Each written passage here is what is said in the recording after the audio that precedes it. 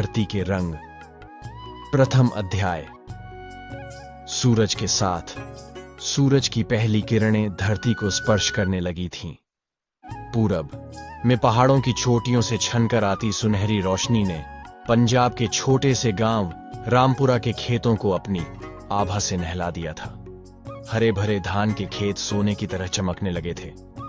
इन्हीं खेतों के बीच एक कच्ची पगडंडी पर एक बैलगाड़ी धीरे धीरे आगे बढ़ रही थी। बैलगाड़ी पर प्रीत और करण बैठे थे। दोनों नवविवाहित थे। प्रीत ने हरी साड़ी पहनी थी जिसके किनारे पर सुनहरी कढ़ाई थी और माथे पर लाल बिंदी उसकी खूबसूरती को और निखार रही थी। करण ने हल्के रंग का कुर्ता पायजामा पहना था। दोनों के चेहरे पर एक अजीब सी शांति थी। सुबह की ठंडी हवा उनके बालों से खेल रही थी। बैलगाड़ी खींचने वाला बैल, जिसे कर्ण प्यार से बादल कहकर पुकारता था, अपनी धीमी लेकिन निरंतर चाल से आगे बढ़ रहा था। उसके गले में लटकी घंटी की मधुर आवाज सुबह की शांति में एक अलग ही संगीत बिखेर रही थी। सोचती हूं हमारा जीवन भी इसी बैलगाड़ी की तरह है, प्रीत ने धीरे से कहा, अपनी पलकें झुकाते हुए। करण ने उसकी ओर देखा। कैसे? धीरे धीरे अपनी गति से अपने रास्ते पर चलता हुआ, कभी टेढ़ा मेढ़ा कभी सीधा, लेकिन चलता रहता है। करण मुस्कुराया। वह जानता था कि प्रीत की बातों में हमेशा एक गहरा अर्थ छिपा होता था।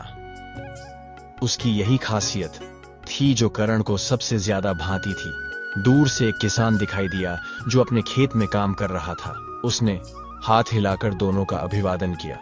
करण और प्रीत ने भी हाथ हिलाकर जवाब दिया। तुम रामपुरा में नई हो, लेकिन देखना जल्द ही सब तुम्हें अपना मान लेंगे, करण ने कहा।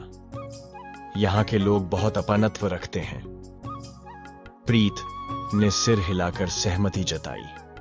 वह अभी 2 महीने पहले ही इस गांव में आई थी, करण से विवाह करके। उसका पैतृक गांव यहां से करीब 50 किलोमीटर दूर था। नए घर, नए लोग और नई जिम्मेदारियों के साथ उसका जीवन बिल्कुल नए सिरे से शुरू हुआ था। देखो, वहां नदी आ गई, करण ने इशारा किया। सतलुज नदी की एक धारा गांव के पास से बहती थी। सुबह की धुंध में लिपटी नदी का दृश्य अद्भुत था। इसी नदी से नहरें निकाली गई थीं जिनसे आसपास के खेतों की सिंचाई होती थी। पंजाब की उपजाऊ भूमि का यही राज था, पानी की प्रचुरता और किसानों का परिश्रम। आज तुम्हें हमारे खेत दिखाने ले जा रहा हूं, करण बोला। पिताजी ने कहा है कि आज से तुम भी खेतों में मेरा हाथ बटाओगी। प्रीत ने करण के हाथ पर अपना हाथ रखा। मैं तैयार हूं, मेरे पिता भी किसान हैं, मैं खेती बाड़ी का काम अच्छे से जानती हूं। बैलगाड़ी धीरे धीरे आगे बढ़ती रही। दोनों ओर हरियाली ही हरियाली थी। धान के खेतों में पानी चमक रहा था और कहीं कहीं किसान अपने खेतों में झुके हुए काम कर रहे थे। महिलाएं भी अपने घूंघट संभालती हुई खेतों में अपने पुरुषों का हाथ बंटा रही थीं। यहाँ की मिट्टी बहुत उपजाऊ है, करण ने बताया। एक बार बीज बो दो तो फिर बस पानी और थोड़ी देखभाल की जरूरत है। फसल अपने आप लहलहा उठती है। प्रीत को अपने पिता की बात याद आई। उन्होंने कहा था, बेटी, जिस घर में जा रही हो वहां की धरती में सोना उगता है। अब वह समझ रही थी कि उसके पिता ने ऐसा क्यों कहा था। हमारे खेत बड़े हैं? प्रीत ने पूछा। हाँ, करीब 20 एकड़। मेरे दादाजी के समय में सिर्फ 5 एकड़ थे। फिर पिताजी ने मेहनत करके और जमीन खरीदी और अब मैं और मेरे भाई संभालते हैं। प्रीत जानती थी कि करण का परिवार गांव के सम्मानित परिवारों में से एक था। इसी कारण जब शादी का प्रस्ताव आया था तो उसके पिता ने बिना देरी के हाँ कर दी थी। बैलगाड़ी अब एक खेत के किनारे रुक गई। करण उतरा और प्रीत को भी हाथ देकर नीचे उतारा। ये हमारा खेत है, उसने गर्व से कहा। यहाँ हम गेहूं, धान, सरसों और कभी कभी मक्का भी उगाते हैं। हर मौसम के हिसाब से फसल बदलते रहते हैं। प्रीत ने चारों ओर नजर दौड़ाई। खेत बहुत बड़ा था और पानी से भरा हुआ था। छोटे छोटे धान के पौधे पानी से निकले हुए थे, हरे हरे और ताजा। उत्तर दिशा में पहाड़ियों की श्रृंखला दिखाई दे रही थी, जिनके ऊपर से सूरज अब पूरी तरह से निकल आया था। यहां से गांव कितनी दूर है? प्रीत ने पूछा। लगभग 2 किलोमीटर, लेकिन हमारा घर गांव के उस छोर पर है, इसलिए खेत से सिर्फ 1 किलोमीटर की दूरी है। करण ने बैल को खेत के किनारे लगे एक पेड़ से बांधा और एक बोरी से कुछ सामान निकाला। आज मुझे पौधों पर दवा छिड़कनी है, तुम भी मेरा साथ दोगी? प्रीत ने हाँ में सिर हिलाया।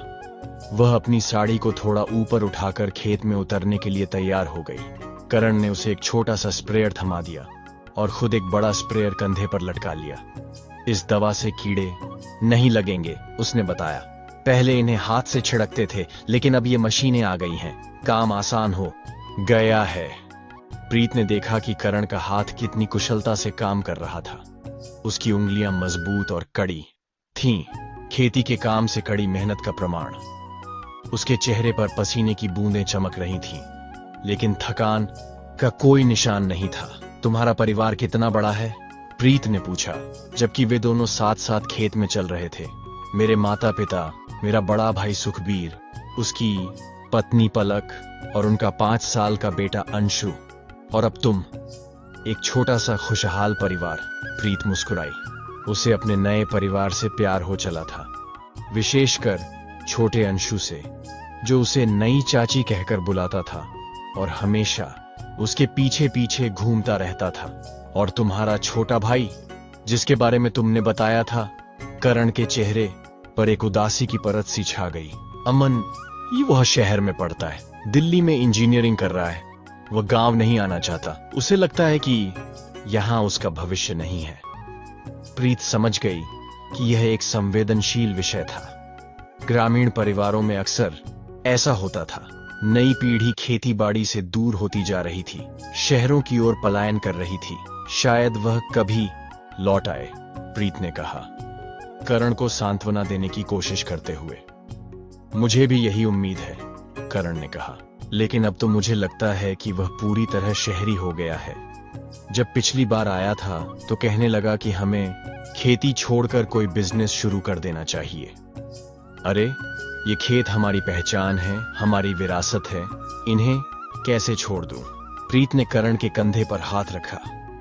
तुम सही सोचते हो, हमारी जड़ें इसी मिट्टी में हैं। वे दोनों खेत के मध्य तक पहुंच गए थे। वहां से पूरा खेत और भी खूबसूरत लग रहा था। धान के हरे हरे पौधे, पानी की चमक और पीछे पहाड़ियों का नजारा, सब कुछ एक चित्र जैसा था।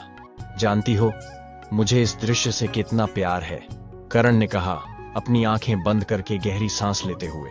जब भी मन उदास होता है, मैं यहां आ जाता हूं। यहां के एक एक पौधे से मेरा नाता है। बचपन से इन्हें देखता आया हूं, इन्हें बड़ा होते देखा है। प्रीत ने अपने पति को ध्यान से देखा। इस क्षण वह करण से और भी ज्यादा प्यार करने लगी थी। उसका धरती से जुड़ाव, उसका अपनी विरासत के प्रति समर्पण, ये सब गुण उसे और भी खास बनाते थे।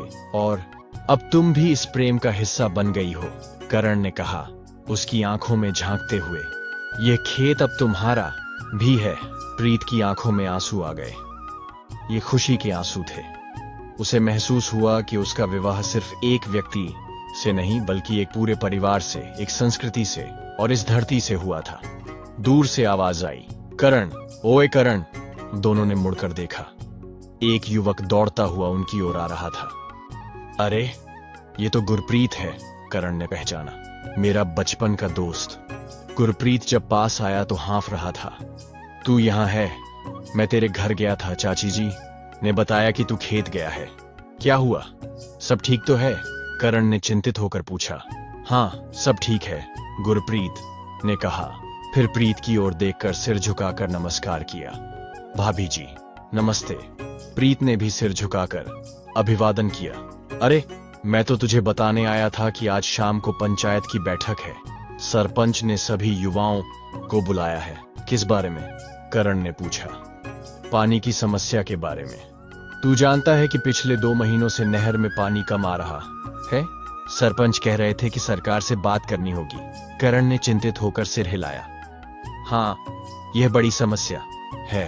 अगर पानी नहीं मिला तो फसल कैसे बचेगी? इसलिए तो सभी को इकट्ठा होना है। शाम 5 बजे पंचायत घर में। ठीक है, मैं जरूर आऊंगा, करण ने कहा। गुरप्रीत फिर से प्रीत को सिर झुकाकर नमस्कार करके चला गया। उसके जाने के बाद प्रीत ने पूछा, पानी की समस्या गंभीर है? हाँ, करण ने चिंतित स्वर में कहा। पिछले कुछ वर्षों से अक्सर ऐसा होने लगा है। कभी बारिश कम होती है, कभी नहरों में पानी कम हो जाता है। पिछले साल तो कई किसानों की फसल सूख गई थी। और इस बार? अभी तो स्थिति नियंत्रण में है, लेकिन अगर आने वाले हफ्तों में पानी नहीं आया तो मुश्किल हो सकती है। प्रीत ने अपने पति के चेहरे पर चिंता के भाव देखे। उसने समझा कि एक किसान के जीवन में ऐसी चुनौतियां आम थीं। प्रकृति के साथ जीना एक संघर्ष भी था।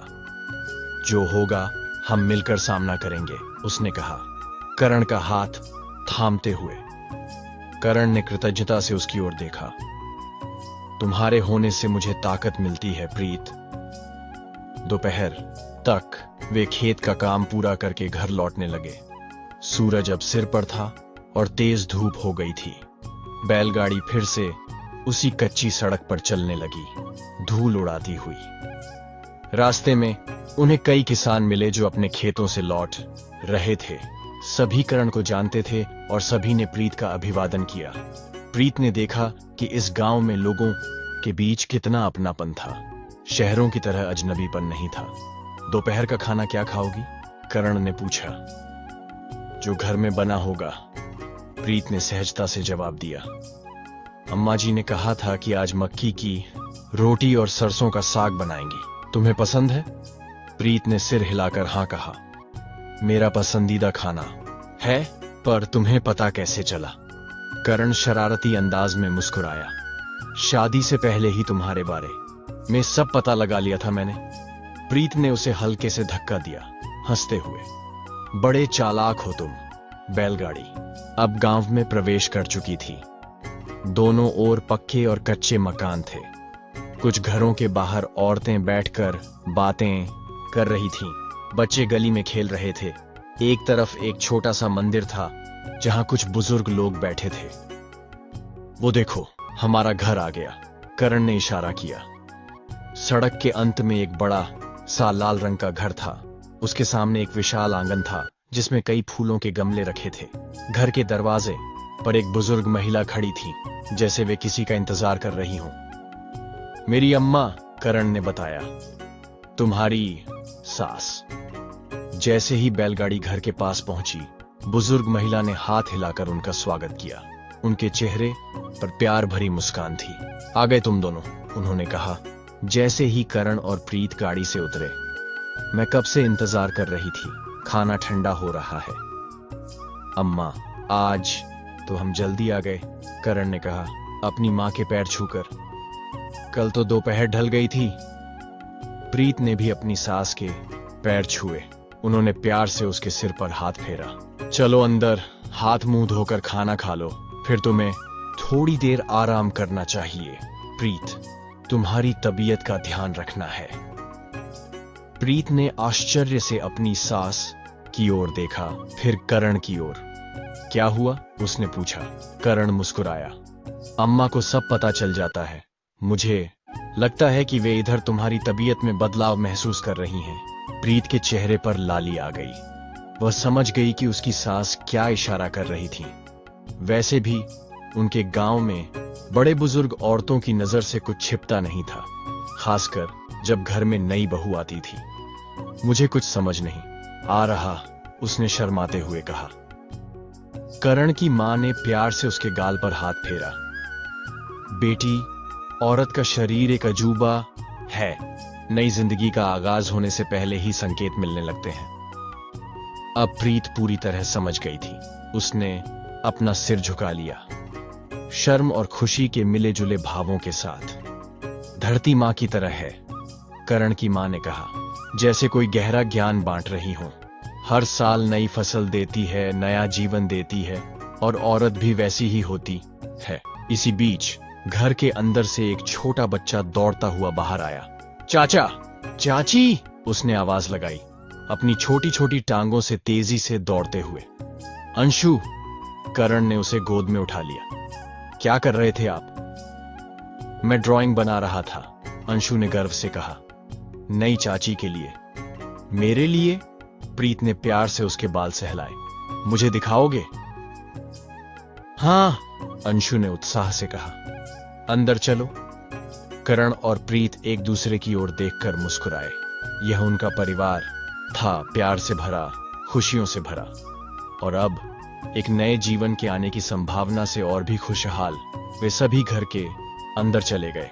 आंगन से होते हुए एक बड़े से कमरे में, जहां फर्श पर चादर बिछी थी और थालियां लगी हुई थीं, मक्की की रोटी की खुशबू पूरे घर में फैली हुई थी। बाहर सूरज अब पश्चिम की ओर झुकने लगा था। खेतों पर एक स्वर्णिम आभा छा गई थी। वही खेत जो इस परिवार को जीवन देते थे, जिन पर उनकी विरासत टिकी थी और जिनकी मिट्टी में उनकी जड़ें गहरी थीं। धरती, बैल और इंसान तीनों एक ही लय में जीवन के चक्र को आगे बढ़ा रहे थे, सदियों से और अनंत काल तक। द्वितीय अध्याय। मौसम का फेर। शाम का समय था। सूरज ढलने के साथ ही आसमान में लालिमा छा गई थी। पंजाब के गांव रामपुरा के पंचायत घर में लोगों का जमावड़ा लगना शुरू हो गया था। छोटे से पंचायत भवन के बाहर कई लोग बैठे थे, जबकि भीतर गांव के प्रमुख व्यक्ति और सरपंच मौजूद थे। करण भी अपने पिता बलविंदर सिंह के साथ पंचायत घर पहुंच गया था। पिता पुत्र दोनों की आदत थी कि गांव के मामलों में सक्रिय भागीदारी निभाते थे। विशेषकर जब किसी समस्या का सामना करना होता था, तब उनकी उपस्थिति अनिवार्य होती थी। अभी तक बहुत लोग नहीं आए हैं, बलविंदर सिंह ने कहा, इधर उधर नजर दौड़ाते हुए। आ जाएंगे पिताजी, कर्ण ने जवाब दिया। अभी तो समय भी नहीं हुआ है। धीरे धीरे अन्य किसान और गांव के लोग आने लगे, कुछ बाइक पर, कुछ पैदल और कुछ बैलगाड़ियों पर। सभी के चेहरों पर चिंता के भाव थे। पानी की समस्या गंभीर थी और सभी जानते थे कि इसका समाधान ढूंढना आसान नहीं होगा। सरपंच गुरबचन सिंह, जो लगभग 60 वर्ष के थे, पंचायत घर के मुख्य कमरे में एक कुर्सी पर बैठे थे। उनके पास ही पटवारी और गांव के कुछ बुजुर्ग थे। सरपंच ने करण और उसके पिता को देखा और हाथ हिलाकर अपने पास बुलाया। आओ बलविंदर, उन्होंने कहा, और करण भी, तुम दोनों से ही बात करनी थी। बलविंदर और करण सरपंच के पास पहुंचे और उन्हें नमस्कार किया। क्या बात है सरपंच जी? बलविंदर ने पूछा। पहले सब लोग आ जाइए, फिर बात करेंगे, गुरबचन सिंह ने कहा। लेकिन मैं चाहता हूं कि आज के बाद तुम और करण कल सुबह मेरे साथ तहसील ऑफिस चलो, सरकारी अधिकारियों से मिलना है। बलविंदर सिंह ने सिर हिलाकर सहमति जताई। जरूर सरपंच जी, हम साथ चलेंगे। इसी बीच पंचायत घर में और लोग आ गए थे। अब कमरा लगभग भर चुका था। युवा और बुजुर्ग सभी अपनी अपनी जगह पर बैठ गए थे। कमरे में बातचीत का शोर गूंज रहा था। हर कोई पानी की समस्या पर अपनी राय देने की कोशिश कर रहा था। सरपंच गुरबचन सिंह ने अपना हाथ उठाकर सभी को शांत होने का इशारा किया। धीरे धीरे कमरे में शांति छा गई। भाइयों, आप सभी जानते हैं कि हम क्यों इकट्ठे हुए हैं? उन्होंने अपना भाषण शुरू किया। पिछले 2 महीनों से हमारी नहर में पानी कम आ रहा है। कई किसानों के खेतों में पानी की कमी हो गई है। अगर यह स्थिति जारी रही तो हमारी फसल को बड़ा नुकसान हो सकता है। एक बुजुर्ग किसान ने हाथ उठाया। सरपंच जी, मेरे खेत तो पिछले हफ्ते से सूखे पड़े हैं। नहर तक पानी आता ही नहीं है। हाँ रामलाल, सरपंच ने कहा, मुझे मालूम है। इसी तरह की समस्या कई और किसानों की भी है। एक और किसान ने बात जोड़ी। सरपंच जी, पिछले साल भी ऐसी ही स्थिति थी, लेकिन तब तो बारिश हो गई थी और समस्या थोड़ी हल हो गई थी। इस बार तो बादल भी नजर नहीं आ रहे। गुरबचन सिंह ने गंभीरता से सिर हिलाया। हाँ, मौसम की अनिश्चितता है, लेकिन हम अपनी फसल को मौसम के भरोसे नहीं छोड़ सकते। हमें कुछ ठोस कदम उठाने होंगे। करण, जो अब तक चुप था, बोल पड़ा। सरपंच जी, मेरा मानना है कि समस्या नहर के रखरखाव की है। अगर नहर की सफाई नियमित रूप से होती तो पानी का प्रवाह अच्छा रहता। कई लोगों ने करण की बात का समर्थन किया। सरपंच ने उसकी ओर सहमति से देखा। तुम सही कह रहे हो करण, उन्होंने कहा, लेकिन नहर की सफाई एक बड़ा काम है, इसके लिए सरकारी मदद की जरूरत है। तो फिर सरकार से बात क्यों नहीं करते? एक और किसान ने पूछा। हमारे टैक्स का पैसा कहां जाता है? पटवारी, जो अब तक चुप थे, बोले। मैंने अधिकारियों को इस समस्या के बारे में बताया है। वे कहते हैं कि पानी की कमी ऊपर से है, बड़ी नहर में ही पानी कम है। इस पर बहस शुरू हो गई। कुछ लोग कह रहे थे कि सरकार झूठ बोल रही है, जबकि अन्य कह रहे थे कि शायद यह सच है और बारिश की कमी के कारण बड़ी नहरों में भी पानी कम है। बलविंदर सिंह ने फिर से बात संभाली। भाइयों, बहस से कुछ हासिल नहीं होगा, हमें कुछ ठोस कदम उठाने चाहिए। सरपंच ने उनकी बात का समर्थन किया। हाँ, बलविंदर ठीक कह रहे हैं, इसलिए मैं कल तहसील ऑफिस जा रहा हूं, वहां अधिकारियों से बात करूंगा। साथ में बलविंदर और करण भी जाएंगे। एक युवा किसान खड़ा हुआ। सरपंच जी, मैं भी आपके साथ आना चाहता हूं। हम सबको एकजुट होकर आवाज उठानी चाहिए। कई अन्य लोगों ने भी अपनी इच्छा जताई। सरपंच ने सभी को शांत किया। सब लोग नहीं जा सकते, उन्होंने कहा। वहां शोर शराबा करने से काम नहीं होगा। हम कुछ प्रतिनिधि ले जाएंगे, बात करेंगे, समझेंगे और फिर गांव वालों को बताएंगे। सभी ने इस बात को मान लिया। फिर सरपंच ने अपना प्रस्ताव रखा। अगर पानी की समस्या जल्द हल नहीं होती तो हमें अपने स्तर पर भी कुछ करना होगा। मैं सुझाव देता हूं कि हम खेतों के लिए कुछ ड्रिप सिंचाई सिस्टम लगाए, इससे पानी की बचत होगी। लेकिन उसका खर्च कौन उठाएगा? एक किसान ने पूछा। सरकार इसके लिए सब्सिडी देती है, पटवारी ने बताया। हमें आवेदन करना होगा। करण ने फिर से हाथ उठाया। मैं एक और सुझाव देना चाहता हूं। हम अपने खेतों में एक एक छोटा तालाब बना सकते हैं जिसमें बारिश का पानी इकट्ठा हो सके। यह सुझाव सभी को पसंद आया। सरपंच ने करण की पीठ थपथपाई। अच्छा विचार है, उन्होंने कहा। हम इस पर काम करेंगे। पंचायत की बैठक लगभग 2 घंटे तक चली। अंत में यह तय हुआ कि सरपंच, बलविंदर सिंह, करण और कुछ अन्य प्रतिनिधि अगले दिन तहसील ऑफिस जाएंगे। साथ ही गांव के लोग अपने स्तर पर पानी की बचत के उपाय करेंगे और छोटे छोटे तालाब बनाने की योजना पर काम करेंगे। बैठक खत्म होने के बाद करण अपने पिता के साथ घर की ओर चल दिया। शाम का अंधेरा गहरा हो चला था और आकाश में तारे चमकने लगे थे। क्या लगता है पिताजी? करण ने पूछा। क्या अधिकारी हमारी सुनेंगे? बलविंदर सिंह ने गहरी सांस ली। पता नहीं बेटा, कई बार तो वे हमारी बात सुनते ही नहीं हैं, लेकिन कोशिश तो करनी ही होगी। अगर वे नहीं सुनते तो क्या करेंगे? तब हमें खुद ही अपनी मदद करनी होगी। यही जीवन का नियम है। अगर मुश्किल आए तो हिम्मत से सामना करो। करण ने अपने पिता की ओर आदर से देखा। वे हमेशा ऐसे ही थे, मजबूत, दृढ़ निश्चयी और सकारात्मक। चाहे कितनी भी मुश्किल आए, बलविंदर सिंह कभी हार नहीं मानते थे। जब वे घर पहुंचे तो प्रीत द्वार पर खड़ी थी, जैसे वह उनका इंतजार कर रही हो। उसके चेहरे पर चिंता के भाव थे। क्या हुआ पंचायत में? उसने पूछा जैसे ही करण और बलविंदर सिंह अंदर आए। कल हम तहसील ऑफिस जा रहे हैं, करण ने बताया अपने जूते उतारते हुए। पानी की समस्या के लिए? हाँ, और भी कई समस्याएं हैं जो सुलझानी है। प्रीत ने उन्हें पानी दिया और फिर रसोई की ओर चली गई, जहां करण की मां और भाभी शाम का खाना तैयार कर रही थीं। प्रीत, करण की मां ने कहा, जरा थालियां लगा दो, खाना तैयार है। प्रीत ने सिर हिलाकर हामी भरी और थालियां लगाने लगी। उसने सुना था कि गांव में पानी की समस्या गंभीर हो रही थी। उसे चिंता थी, लेकिन वह जानती थी कि करण और उसका परिवार इस स्थिति से निपटने की योग्यता रखते थे। खाने के दौरान सभी पानी की समस्या पर चर्चा कर रहे थे। सुखबीर, करण का बड़ा भाई, ने सुझाव दिया कि वे अपने खेतों में एक बोरवेल लगवा सकते हैं। नहीं भाई साहब, करण ने कहा, बोरवेल से जमीन के नीचे का पानी खत्म हो जाएगा। यह हमारे लिए अच्छा नहीं होगा। बलविंदर सिंह ने अपने बड़े बेटे को समझाया। करण सही कह रहा है सुखबीर, हमें दूरदर्शी होना चाहिए। अगर सभी किसान बोरवेल लगाएंगे तो कुछ वर्षों में जमीन के नीचे का पानी भी खत्म हो जाएगा। सुखबीर ने अपने पिता की बात मान ली, हालांकि उसके चेहरे से लग रहा था कि वह पूरी तरह से सहमत नहीं था।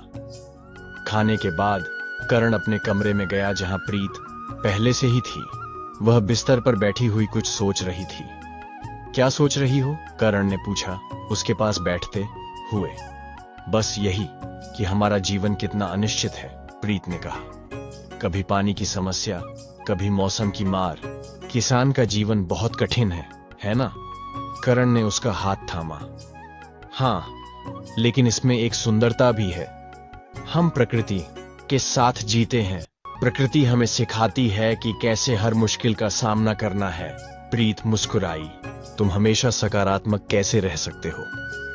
क्योंकि मैंने अपने पिता से सीखा है। वे कभी हार नहीं मानते।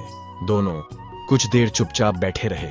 बाहर से आती चिड़ियों की आवाज और पत्तों की सरसराहट के अलावा और कोई आवाज नहीं थी। एक बात पूछूं? प्रीत ने तोड़ी चुप्पी। हाँ, पूछो। क्या तुम कभी सोचते हो कि ये सब छोड़कर शहर चले जाएं? वहां शायद जीवन आसान हो। करण ने प्रीत की आंखों में देखा। इस सवाल के पीछे एक गहरी चिंता थी। शायद वह भी उन चुनौतियों से डर रही थी जो एक किसान के जीवन में हर रोज आती थी। कभी कभी जब बहुत मुश्किलें आती हैं तो मन में ख्याल आता है, उसने ईमानदारी से कहा। लेकिन फिर मैं इन खेतों को देखता हूं, इस मिट्टी को, और सोचता हूं कि यह सब मेरी पहचान है, मेरी जड़ें यही हैं। उसने एक पल रुककर सोचा, फिर कहा, शहर में भी मुश्किलें हैं प्रीत। वहां भी सब कुछ परफेक्ट नहीं है। यहां कम से कम हम अपनी जमीन पर हैं, अपनी खेती करते हैं और अपने परिवार के साथ हैं।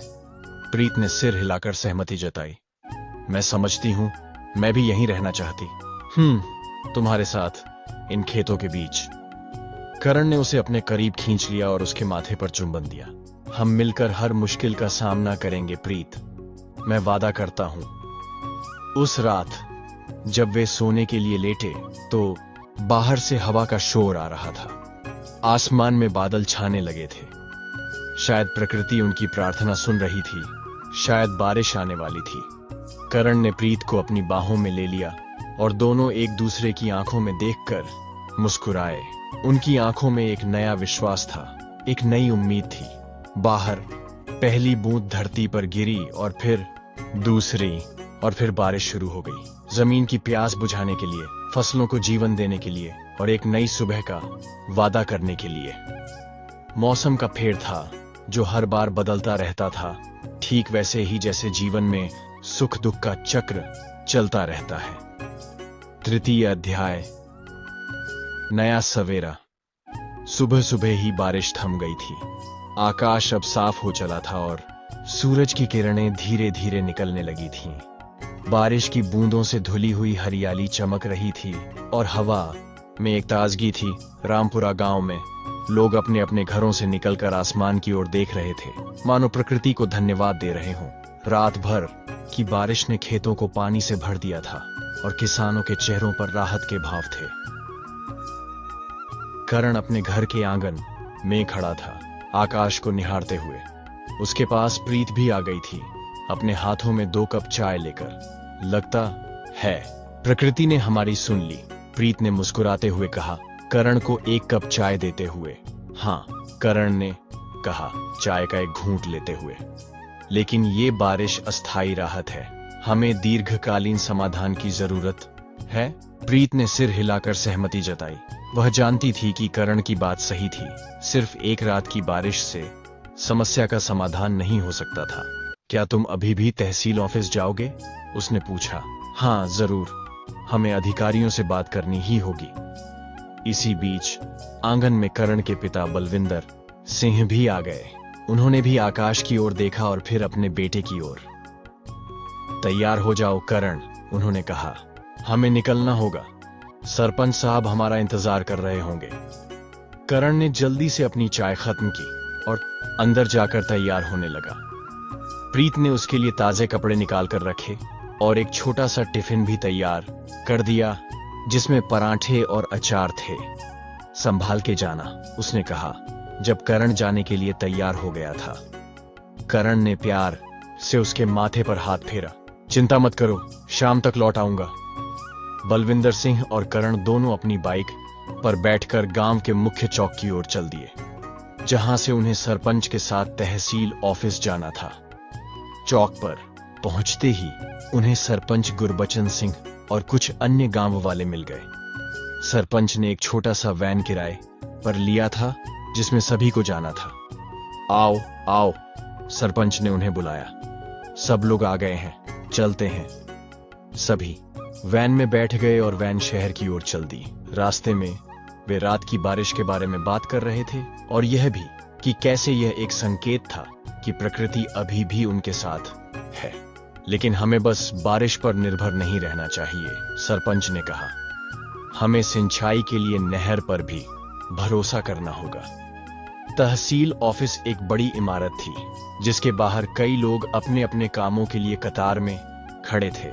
सरपंच और उनके साथ आए लोग अंदर गए और एक बड़े हॉल में पहुंचे जहां कई काउंटर थे। हमें किससे मिलना है सरपंच जी? करण ने पूछा। तहसीलदार से, सरपंच ने जवाब दिया। वही हमारी मदद कर सकते हैं। उन्होंने एक क्लर्क से पूछा और उन्हें बताया गया कि तहसीलदार अभी व्यस्त हैं और उन्हें इंतजार करना होगा। सभी एक बेंच पर बैठ गए और इंतजार करने लगे। समय धीरे धीरे बीत रहा था और लगभग 2 घंटे का इंतजार करने के बाद भी उन्हें तहसीलदार से मिलने का मौका नहीं मिला। यह तो बहुत देर हो रही है, एक किसान ने शिकायत की। सरपंच गुरबचन सिंह ने धैर्य रखने का इशारा किया। सरकारी काम में धैर्य रखना पड़ता है भाई। करण, जो अब तक चुप था, उठकर एक क्लर्क के पास गया। भाई साहब, हम कब तक तहसीलदार से मिल सकते हैं? हम सुबह से इंतजार कर रहे हैं। क्लर्क ने ऊपर देखकर करण को देखा और फिर अपने रजिस्टर की ओर देखा। आपका नाम क्या है? हम रामपुरा गांव से आए हैं। हमारे सरपंच गुरबचन सिंह जी यहां हैं। क्लर्क ने रजिस्टर में कुछ देखा और फिर कहा, अभी तहसीलदार साहब एक मीटिंग में हैं, शायद 1 घंटे में मिल सकें। करण वापस अपनी सीट पर आ गया और सबको बताया कि अभी और इंतजार करना होगा। इसी तरह सरकारी दफ्तरों में हमारा समय बर्बाद होता है, बलविंदर सिंह ने गुस्से से कहा। और फिर कहते हैं कि किसान आगे नहीं बढ़ते। सरपंच ने उन्हें शांत करने की कोशिश की। धैर्य रखो बलविंदर, हम यहां अपने गांव के लिए आए हैं, हमें धैर्य रखना होगा। 1 और घंटा बीत गया और अंत में उन्हें तहसीलदार से मिलने का मौका मिला। तहसीलदार, एक मध्यम आयु के व्यक्ति, अपनी कुर्सी पर बैठे थे और सामने कागजात की एक ढेरी थी। नमस्ते सरपंच जी, उन्होंने कहा जब सरपंच और अन्य लोग अंदर आए। क्या बात है, आप इतने लोगों के साथ आए हैं? सरपंच ने पानी की समस्या के बारे में बात शुरू की कि कैसे उनके गांव की नहर में पिछले 2 महीनों से पानी कम आ रहा था और इसका असर उनकी फसलों पर पड़ रहा था। तहसीलदार ने धैर्य से सुना और फिर कहा, देखिए सरपंच जी, इस साल बारिश कम हुई है, बड़ी नहरों में भी पानी कम है, हम क्या करें? तो क्या हमारी फसल बर्बाद हो जाए? बलविंदर सिंह ने गुस्से से पूछा। ऐसी बात नहीं है, तहसीलदार ने कहा। हम कोशिश कर रहे हैं कि सभी गांवों को पानी मिले, लेकिन जब स्रोत में ही पानी कम है तो हम क्या कर सकते हैं? करण, जो अब तक चुप था, बोला। तहसीलदार साहब, हम समझते हैं कि मौसम की वजह से पानी कम है, लेकिन क्या हम नहर की सफाई कर सकते हैं? शायद उससे पानी का प्रवाह बेहतर हो जाए। तहसीलदार ने करण की ओर देखा, जैसे उसे एक अच्छा सुझाव मिला हो। हाँ, ये एक अच्छा विचार है। आप चाहें तो अपने गांव की नहर की सफाई करवा सकते हैं, हम अनुमति देंगे। और उसका खर्च? सरपंच ने पूछा। देखिए सरपंच जी, अभी हमारे पास इसके लिए बजट नहीं है। अगर आप गांव के स्तर पर यह काम करवाना चाहते हैं तो कर सकते हैं। यह सुनकर सभी किसान निराश हो गए। वे उम्मीद कर रहे थे कि सरकार इस समस्या का समाधान करेगी, लेकिन अब लग रहा था कि उन्हें खुद ही इसका रास्ता ढूंढना होगा। बाहर निकलते समय बलविंदर सिंह ने गुस्से से कहा, यही होता है हर बार, सरकार सिर्फ आश्वासन देती है, काम कुछ नहीं करती। करण ने अपने पिता के कंधे पर हाथ रखा। पिताजी, शायद हमें अपने स्तर पर ही कुछ करना होगा। अगर हम सब मिलकर काम करें तो नहर की सफाई कर सकते हैं। सरपंच ने करण की बात से सहमति जताई। हाँ, करण सही कह रहा है। हम अपने गांव की नहर की सफाई खुद कर सकते हैं, और अगर सभी गांव वाले मिलकर काम करें तो यह जल्दी हो जाएगा। उन्होंने वापस गांव जाने का फैसला किया और अगले दिन एक और पंचायत बैठक बुलाने का निर्णय लिया, जिसमें वे सभी गांव वालों से नहर की सफाई में मदद मांगेंगे। वैन में वापस गांव की ओर जाते हुए करण अपने विचारों में डूबा हुआ था। उसे लग रहा था कि शायद यह एक अवसर था गांव वालों को एकजुट करने का, एक साथ काम करने का। पिताजी, उसने कहा, मुझे लगता है कि इस समस्या से हम और भी मजबूत होकर निकलेंगे। बलविंदर सिंह ने अपने बेटे को देखा। उसकी आंखों में एक नई चमक थी। उन्हें गर्व महसूस हुआ कि उनका बेटा इतना समझदार और सकारात्मक था। हाँ बेटा, उन्होंने कहा, जीवन में मुश्किलें ही हमें मजबूत बनाती हैं। वैन रामपुरा गांव पहुंच गई और सभी अपने अपने घरों की ओर चल दिए। करण और बलविंदर सिंह अपने घर की ओर चले, जहां प्रीत और अन्य परिवार के सदस्य उनका इंतजार कर रहे थे। क्या हुआ? प्रीत ने पूछा जैसे ही वे घर पहुंचे। करण ने सारी बात बताई कि कैसे तहसीलदार ने कहा कि वे नहर की सफाई खुद करवा सकते हैं, लेकिन सरकार से कोई मदद नहीं मिलेगी। तो अब क्या करेंगे? प्रीत ने चिंतित होकर पूछा। हम खुद ही नहर की सफाई करेंगे, करण ने दृढ़ता से कहा। कल पंचायत की बैठक है, जिसमें हम सभी गांव वालों से मदद मांगेंगे। प्रीत ने अपने पति के चेहरे पर दृढ़ता देखी और उसे फिर से उस पर गर्व महसूस हुआ। वह जानती थी कि करण जैसे युवा ही गांव का भविष्य थे, जो चुनौतियों का सामना करने के लिए तैयार थे। उस रात करण देर तक जागा रहा, एक योजना बनाने के लिए कि कैसे वे नहर की सफाई करेंगे। उसने कई नोट्स बनाए कि कितने लोगों की आवश्यकता होगी, कौन कौन से उपकरण चाहिए होंगे और कितना समय लगेगा। प्रीत, जो उसके पास ही थी, उसके काम को देख रही थी। तुम्हें नींद नहीं आ रही? उसने पूछा। नहीं, अभी नहीं, करण ने कहा, बिना अपनी नजर अपने नोट्स से हटाए। मुझे यह काम पूरा करना है। प्रीत ने उसके कंधे पर हाथ रखा। तुम थक गए होगे, थोड़ा आराम कर लो। करण ने अपनी पत्नी की ओर देखा और मुस्कुराया। तुम सही कह रही हो, चलो सो जाते हैं। उसने अपने नोट्स को एक तरफ रख दिया और लाइट बंद कर दी। प्रीत ने अपना सिर उसके कंधे पर रख दिया और दोनों आंखें बंद करके सो गए। अगले दिन पंचायत की बैठक में गांव के लगभग सभी लोग मौजूद थे। सरपंच ने सबको तहसील ऑफिस की यात्रा के बारे में बताया और फिर करण को बुलाया कि वह अपनी योजना सबके सामने रखे। करण ने सबको बताया कि वे कैसे नहर की सफाई कर सकते हैं और इसके लिए कितने लोगों और उपकरणों की आवश्यकता होगी। अगर हम सब मिलकर काम करें तो यह काम एक हफ्ते में पूरा हो सकता है, उसने कहा। गांव के लोगों ने उसकी योजना का समर्थन किया और कई लोगों ने स्वेच्छा से अपना समय और मेहनत देने का वादा किया। हम किसान हैं, एक बुजुर्ग ने कहा। हम अपनी मेहनत से ही आगे बढ़े हैं। ये नहर हमारे लिए है, हम इसकी सफाई खुद करेंगे। उस दिन के बाद से गांव में एक नई ऊर्जा थी। लोग समूहों में विभाजित हो गए और नहर की सफाई के काम में जुट गए। महिलाएं भी पीछे नहीं रहीं। वे खाना और पानी लेकर आती थीं और कभी-कभी सफाई में भी हाथ बंटाती थीं।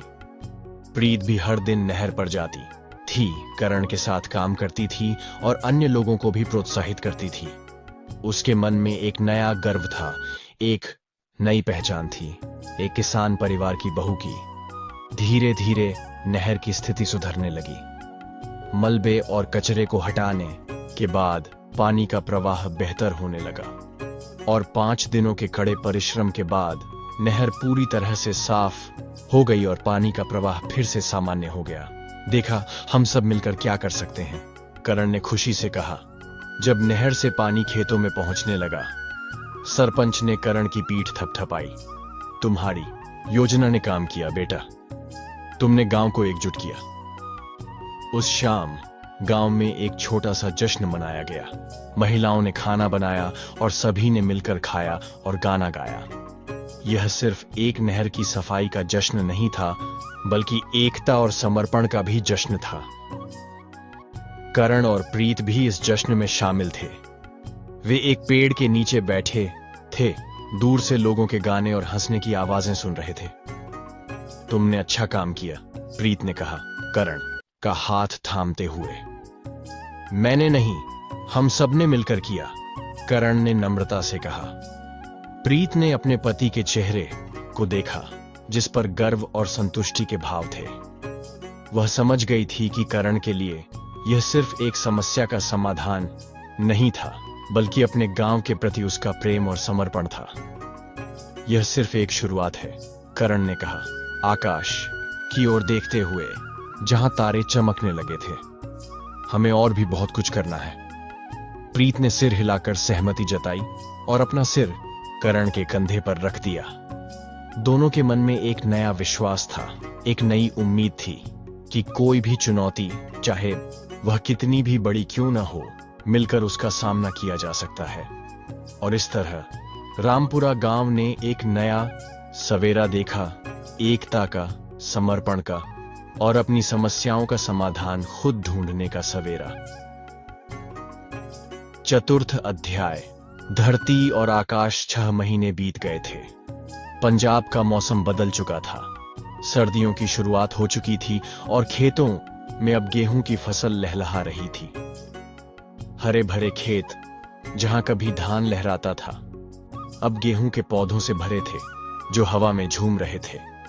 रामपुरा गांव ने भी कई बदलाव देखे थे।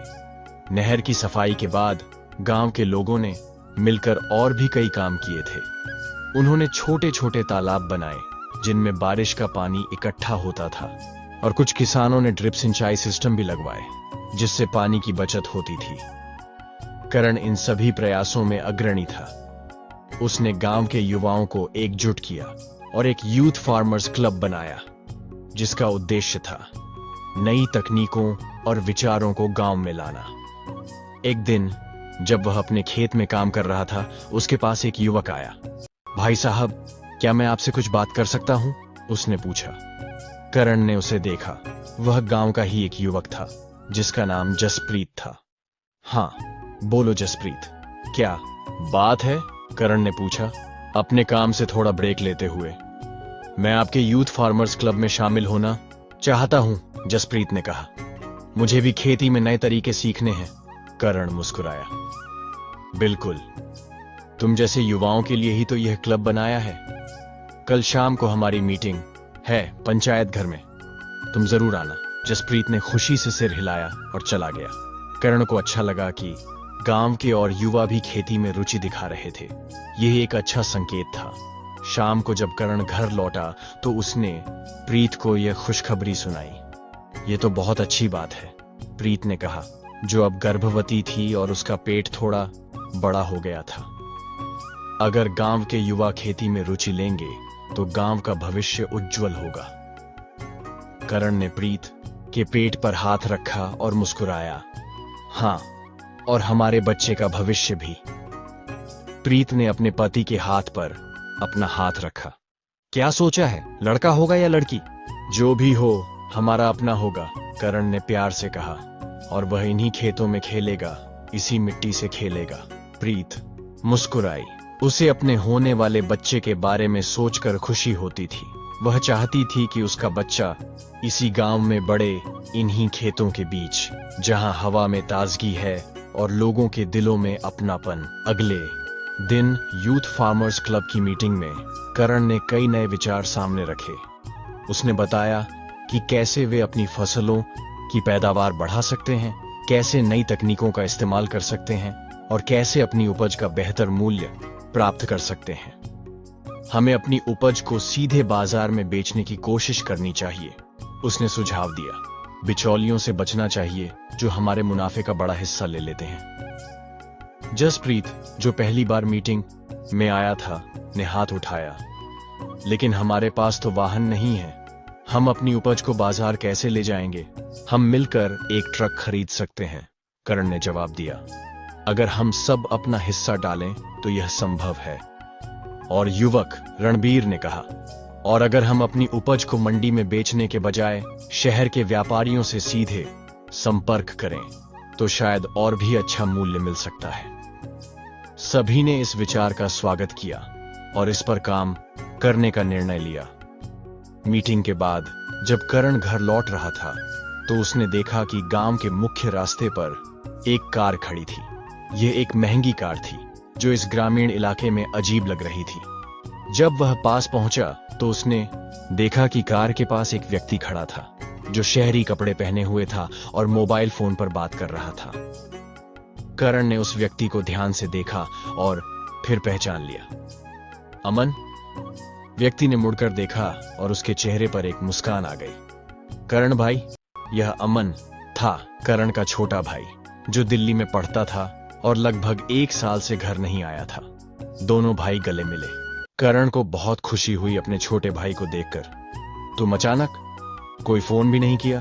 करण ने कहा। सरप्राइज देना चाहता था, अमन ने मुस्कुराते हुए कहा। और देखो, यह मेरी नई कार है, मैंने अभी अभी खरीदी है। करण ने कार को देखा, यह वाकई बहुत शानदार थी। बधाई हो, उसने कहा। लेकिन तुमने इतने पैसे कहां से कमाए? मैंने एक स्टार्टअप शुरू किया है, अमन ने गर्व से कहा। हम किसानों के लिए एक ऐप बना रहे हैं जिससे वे अपनी उपज को सीधे ग्राहकों तक पहुंचा सके। करण को आश्चर्य हुआ। वाह, यह तो बहुत अच्छा विचार है, हम भी यहां ऐसा ही कुछ सोच रहे थे। दोनों भाई बातें करते हुए घर की ओर चल दिए। रास्ते में अमन ने अपने स्टार्टअप के बारे में और बताया कि कैसे वह तकनीक का इस्तेमाल करके किसानों की मदद करना चाहता था। घर पहुंचकर जब उनके माता पिता ने अमन को देखा तो वे बहुत खुश हुए। बलविंदर सिंह ने अपने छोटे बेटे को गले लगाया और उसकी मां ने उसके माथे पर चुंबन दिया। तू कितना बड़ा हो गया है, उन्होंने कहा अपने बेटे को देखते हुए। प्रीत भी अमन से मिली। यह उनकी पहली मुलाकात थी क्योंकि अमन शादी में नहीं आ पाया था। भाभी, आप तो बिल्कुल वैसी ही हैं जैसा करण भाई ने बताया था, अमन ने शरारत से कहा। बहुत खूबसूरत, प्रीत ने शर्माते हुए सिर झुका लिया। उस रात परिवार एक साथ खाना खाने बैठा। अमन ने अपने दिल्ली के जीवन के बारे में बताया कि कैसे वह अपना स्टार्टअप चला रहा था और कैसे उसे सफलता मिल रही थी। और तुम कब तक रहोगे? बलविंदर सिंह ने पूछा। बस 1 हफ्ता, अमन ने जवाब दिया। मुझे वापस जाना है काम के लिए। करण को थोड़ी निराशा हुई। वह चाहता था कि उसका भाई लंबे समय तक रहे, लेकिन वह समझ सकता था कि अमन का अपना जीवन था, अपने काम थे। खाने के बाद दोनों भाई छत पर बैठे थे और बातें कर रहे थे। आकाश में तारे चमक रहे थे और हवा में हल्की ठंडक थी। तुम्हें गांव कैसा लगता है अब? करण ने पूछा। अमन ने चारों ओर देखा, जहां अंधेरे में खेत और दूर पहाड़ियां दिखाई दे रही थीं।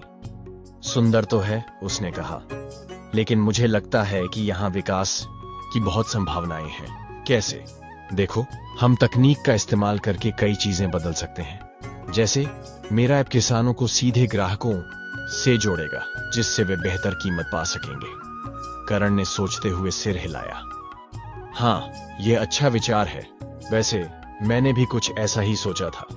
हमने एक यूथ फार्मर्स क्लब बनाया है जिसका उद्देश्य है नई तकनीकों और विचारों को गांव में लाना। अमन चौंका। सच? ये तो बहुत अच्छी बात है। मैं तुम्हें मदद कर सकता हूँ। मेरे पास कई संपर्क हैं जो उपयोगी हो सकते हैं। दोनों भाई देर रात तक बातें करते रहे, अपने विचारों को साझा करते रहे और महसूस किया कि चाहे वे अलग अलग जगहों पर रहते हों, अलग अलग तरीकों से काम करते हों, लेकिन उनका लक्ष्य एक ही था, किसानों की मदद करना, उनके जीवन को बेहतर बनाना। अगले दिन अमन करण के साथ खेतों में गया। वह देखना चाहता था कि गांव में खेती कैसे होती है, क्या चुनौतियां हैं और कैसे उसका ऐप मदद कर सकता है। तुम्हारे खेत बहुत अच्छे हैं, अमन ने कहा, गेहूं के हरे भरे खेतों को देखते हुए। हाँ, इस साल अच्छी बारिश हुई थी और नहर भी ठीक से काम कर रही है, करण ने बताया। लेकिन तुम अभी भी पारंपरिक तरीकों से खेती कर रहे हो, अमन ने कहा। अगर तुम ड्रोन या सेंसर्स का इस्तेमाल करो तो और भी बेहतर पैदावार हो सकती है। करण ने अपने भाई की ओर देखा। ड्रोन, सेंसर्स, ये तो बहुत महंगे होंगे, है ना? शुरू में हाँ, लेकिन लंबे समय में ये पैसा वसूल कर लेंगे, अमन ने समझाया। और अगर तुम्हारा यूथ फार्मर्स क्लब मिलकर इन्हें खरीदे तो खर्च बढ़ जाएगा। करण ने सोचते हुए सिर हिलाया। उसे अमन के विचार अच्छे लग रहे थे, लेकिन वह जानता था कि गांव के कई किसान पारंपरिक तरीकों से जुड़े हुए थे और नई तकनीकों को अपनाने में हिचकिचाते थे। मैं यूथ फार्मर्स क्लब की अगली मीटिंग में इस पर चर्चा करूंगा, उसने कहा। अमन ने अपने भाई का कंधा थपथपाया। तुम अच्छा काम कर रहे हो भाई, मुझे गर्व है तुम पर। करण को अच्छा लगा अपने छोटे भाई से यह सुनकर। हालांकि वे अलग अलग रास्ते चुन चुके थे, लेकिन उनके बीच का प्यार और सम्मान अभी भी वैसा ही था। दिन भर खेतों में घूमने के बाद जब वे वापस गांव की ओर लौट रहे थे तो अमन ने एक प्रस्ताव रखा। क्यों ना हम तुम्हारे यूथ फार्मर्स क्लब के लिए एक वेबसाइट बनाएं? उसने कहा। इससे तुम अपने विचारों और अनुभवों को दूसरे किसानों के साथ साझा कर सकोगे, चाहे वे कहीं भी हों। वेबसाइट? करण ने पूछा, थोड़ा हैरान होकर। क्या हमारे जैसे छोटे किसानों के लिए भी वेबसाइट जरूरी है? बिल्कुल, अमन ने उत्साह से कहा। आज के डिजिटल युग में वेबसाइट एक जरूरत है। इससे तुम अपनी उपज को सीधे ग्राहकों तक पहुंचा सकोगे, अपने अनुभव साझा कर सकोगे और दूसरे किसानों से सीख सकोगे। करण ने सोचते हुए सिर हिलाया। वह अमन की बात समझ सकता था। शायद यह एक अच्छा विचार था। ठीक है, उसने कहा। मैं इस पर विचार करूंगा और क्लब के अन्य सदस्यों से भी बात करूंगा। अमन मुस्कुराया। उसे लगा कि उसका भाई धीरे धीरे नई तकनीकों और विचारों के प्रति खुल रहा था। जब वे घर पहुंचे तो उन्होंने देखा कि प्रीत और उनकी मां आंगन में बैठी हुई थीं और बातें कर रही थीं। प्रीत के चेहरे पर एक अजीब सी मुस्कान थी। क्या हुआ? करण ने पूछा उनके पास जाकर। बस ऐसे ही, प्रीत ने कहा शर्माते हुए। अम्मा जी कह रही थीं कि बच्चा लड़का होगा। और कैसे पता चला अम्मा जी को? अमन ने शरारत से पूछा। अरे मेरे बेटे, मैंने कई बच्चों को जन्म देते देखा है, करण की मां ने कहा गर्व से। मुझे पता चल जाता है। सभी हंस पड़े। यह एक खुशनुमा शाम थी। परिवार एक साथ था और भविष्य के बारे में आशाएं थीं। रात का खाना खाने के बाद अमन ने अपने लैपटॉप पर सबको अपना ऐप दिखाया जिसे वह बना रहा था। यह एक ऐसा प्लेटफॉर्म था जहां किसान अपनी उपज की जानकारी अपलोड कर सकते थे और ग्राहक सीधे उनसे खरीद सकते थे। यह बहुत अच्छा लगता है, बलविंदर सिंह ने कहा अपने बेटे के काम को देखकर गर्व महसूस करते हुए। अगर यह काम कर गया तो किसानों को बिचौलियों से मुक्ति मिल सकती है, सुखबीर ने कहा जो अब तक चुप था। अमन ने अपने बड़े भाई की ओर देखा और मुस्कुराया। हाँ, यही तो मेरा लक्ष्य है। उस रात जब सब सो गए थे, करण अभी भी जाग रहा था, अपने विचारों में खोया हुआ। उसके मन में कई सवाल थे। क्या वह और उसका गांव नई तकनीकों और विचारों को अपना पाएंगे? क्या वे बदलाव को स्वीकार कर पाएंगे? प्रीत, जो उसके पास ही लेटी थी, जग गई। क्या सोच रहे हो? उसने धीरे से पूछा। बस यही कि हम कैसे परंपरा और आधुनिकता के बीच संतुलन बना सकते हैं, करण ने कहा। प्रीत ने अपने पति का हाथ थामा। हम धीरे धीरे सीखेंगे, समझेंगे और फिर जो हमारे लिए सही है उसे अपनाएंगे। करण ने अपनी पत्नी की ओर देखा और मुस्कुराया। उसकी सादगी और समझदारी हमेशा उसे प्रभावित करती थी। तुम सही कह रही हो, उसने कहा। हमें अपनी जड़ें नहीं भूलनी चाहिए, लेकिन साथ ही हमें आगे भी बढ़ना चाहिए। दोनों एक दूसरे की आंखों में देखकर मुस्कुराए और फिर आंखें बंद करके सो गए। बाहर आकाश में तारे चमक रहे थे और धरती पर खेतों में नई फसल पनप रही थी। धरती और आकाश दोनों एक दूसरे के पूरक थे, एक दूसरे के बिना अधूरे थे। ठीक वैसे ही जैसे परंपरा और आधुनिकता एक दूसरे के बिना अधूरी थीं। पंचम अध्याय। नई पीढ़ी, नए सपने। पूरे 3 साल बीत गए थे। रामपुरा गांव ने कई परिवर्तन देखे थे। करण और अमन के प्रयासों से गांव में कई नई तकनीकें और विचार आए थे। यूथ फार्मर्स क्लब अब एक मजबूत संगठन बन चुका था, जिसमें न सिर्फ रामपुरा बल्कि आसपास के गांवों के युवा किसान भी शामिल थे। अमन का ऐप, जिसे उसने किसान मित्र नाम दिया था, अब पूरे राज्य में प्रसिद्ध हो चुका था और हजारों किसान इसका इस्तेमाल कर रहे थे अपनी उपज को सीधे ग्राहकों तक पहुंचाने के लिए। करण के परिवार में भी बदलाव आए थे। प्रीत ने एक सुंदर बेटे को जन्म दिया था, जिसका नाम अरमान रखा गया था। अब 3 साल का हो चुका अरमान अपने पिता करण के साथ खेतों में घूमना पसंद करता था और बैल बादल से बहुत प्यार करता था। एक सुबह जब करण अपने खेत में काम कर रहा था, उसके पास अरमान दौड़ता हुआ आया। उसके पीछे पीछे प्रीत भी आ रही थी। पापा, देखो मैंने क्या बनाया, अरमान ने उत्साह से कहा, अपने हाथ में एक छोटी सी मिट्टी की गाड़ी दिखाते हुए। करण ने अपने बेटे को गोद में उठा लिया और उसकी बनाई हुई गाड़ी को देखा। वाह, बहुत खूबसूरत है, यह बादल और हमारी गाड़ी है, अरमान ने बताया, अपनी छोटी उंगलियों से गाड़ी पर बने छोटे से बैल की ओर इशारा करते हुए। करण ने अपने बेटे को प्यार से देखा। उसे लगा कि अरमान भी धरती से जुड़ाव महसूस करता था, उसी तरह जैसे वह खुद करता था। अरमान खेतों में आना बहुत पसंद करता है, प्रीत ने कहा अपने पति के पास आते हुए। सुबह से कह रहा था कि वह पापा के पास जाएगा। करण मुस्कुराया। यह अच्छा है, वह धरती से जुड़ाव सीख रहा है। प्रीत ने अपने पति और बेटे को प्यार से देखा। वह खुश थी कि उसका परिवार इतना प्रेम और समझदारी से भरा था। बीच दूर से एक आवाज आई, करण भाई। तीनों ने मुड़कर देखा। एक युवक उनकी ओर दौड़ता हुआ आ रहा था। यह जसप्रीत था, जो अब यूथ फार्मर्स क्लब का एक सक्रिय सदस्य था। क्या हुआ जसप्रीत? करण ने पूछा, अपने बेटे को नीचे उतारते हुए। बड़ी खुशखबरी है, जसप्रीत ने उत्साह से कहा। हमारे यूथ फार्मर्स क्लब को राज्य स्तर का पुरस्कार मिला है इनोवेटिव फार्मिंग के लिए। करण के चेहरे पर खुशी की लहर दौड़ गई। सच? ये तो वाकई बड़ी खुशखबरी है। हाँ, और पुरस्कार समारोह अगले हफ्ते है चंडीगढ़ में, जसप्रीत ने बताया। वहां मुख्यमंत्री खुद पुरस्कार देंगे। प्रीत ने अपने पति को बधाई दी। मैंने कहा था ना, तुम्हारी मेहनत रंग लाएगी। करण ने उसे देखकर मुस्कुराया और फिर जसप्रीत से कहा, यह सिर्फ मेरी नहीं, हम सभी की मेहनत का नतीजा है। सभी को बताओ और हम एक मीटिंग रखेंगे इस खुशखबरी को सेलिब्रेट करने के लिए। जसप्रीत ने सिर हिलाकर हामी भरी और दौड़ता हुआ गांव की ओर चला गया, सभी को यह खुशखबरी सुनाने के लिए। शाम को यूथ फार्मर्स क्लब की एक विशेष मीटिंग बुलाई गई।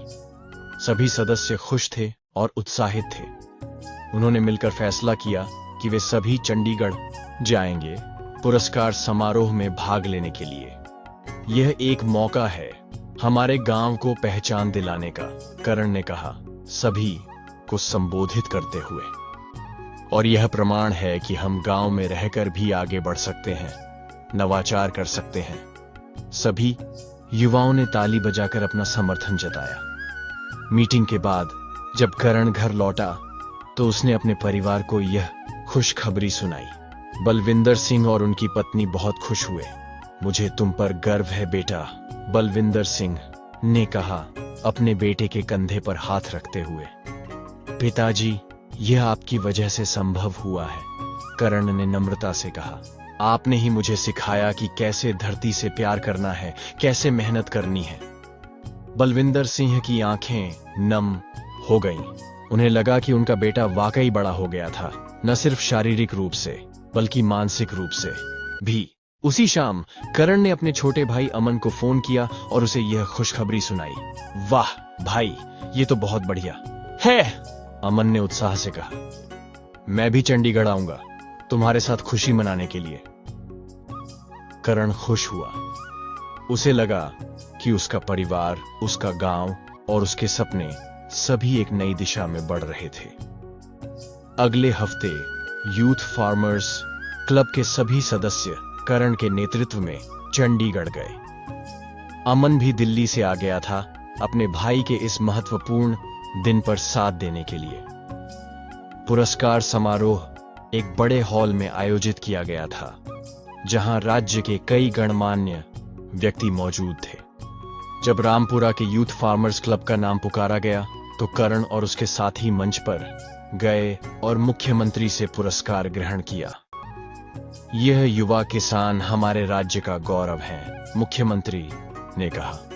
इन्होंने दिखाया है कि कैसे परंपरा और आधुनिकता को एक साथ लाकर खेती में नवाचार किया जा सकता है। करण को मंच पर बोलने का मौका दिया गया। उसने अपने गांव, अपने साथियों और अपने परिवार के बारे में बात की और कैसे उन्होंने मिलकर नई तकनीकों और विचारों को अपनाया बिना अपनी जड़ों को भूले। हमारी धरती हमारी मां है, उसने कहा, और हम उसके बच्चे हैं। हमारा कर्तव्य है कि हम उसकी देखभाल करें, उसे समृद्ध बनाएं और उससे प्यार करें। उसके शब्दों ने सभी को प्रभावित किया और जब वह मंच से उतरा तो सभी ने खड़े होकर तालियां बजाईं। अमन, जो दर्शकों के बीच बैठा था, अपने भाई को देखकर गर्व महसूस कर रहा था। वह जानता था कि करण ने कितनी मेहनत की थी, कितने संघर्ष किए थे और आज उसकी मेहनत रंग ला रही थी। समारोह के बाद मीडिया वालों ने करण और उसके साथियों का इंटरव्यू लिया।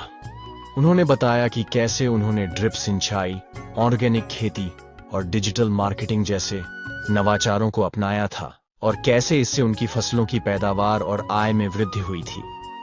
शाम को जब वे सभी वापस गांव लौट रहे थे तो बस में एक जश्न का माहौल था।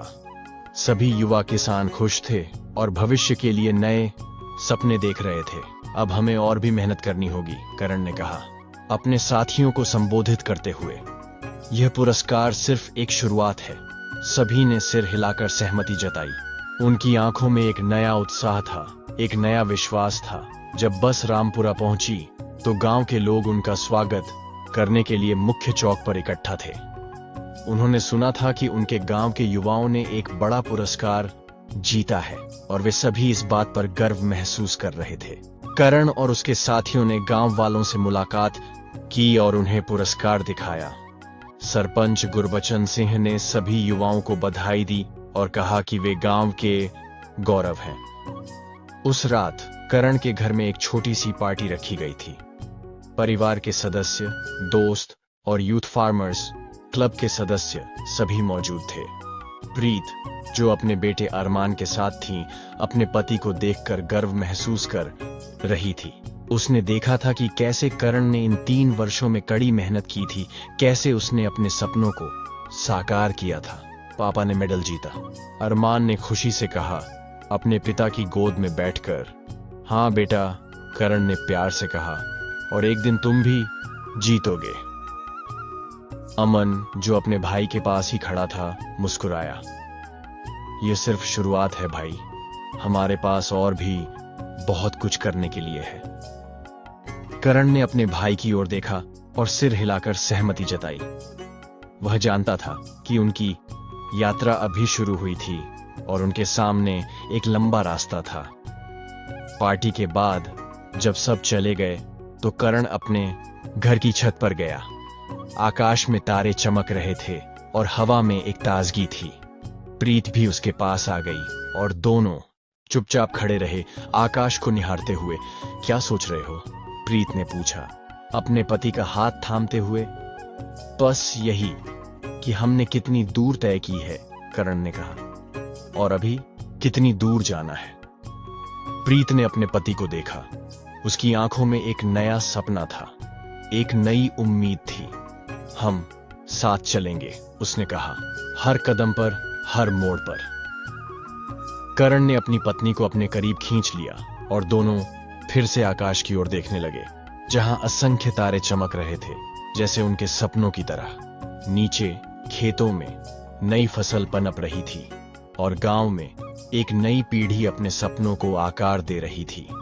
धरती और आकाश दोनों गवाह थे इस नई शुरुआत के, इस नए सवेरे के। और इस तरह रामपुरा गांव अपनी परंपराओं को सम्मान देते हुए नए युग में प्रवेश कर रहे धरती के रंग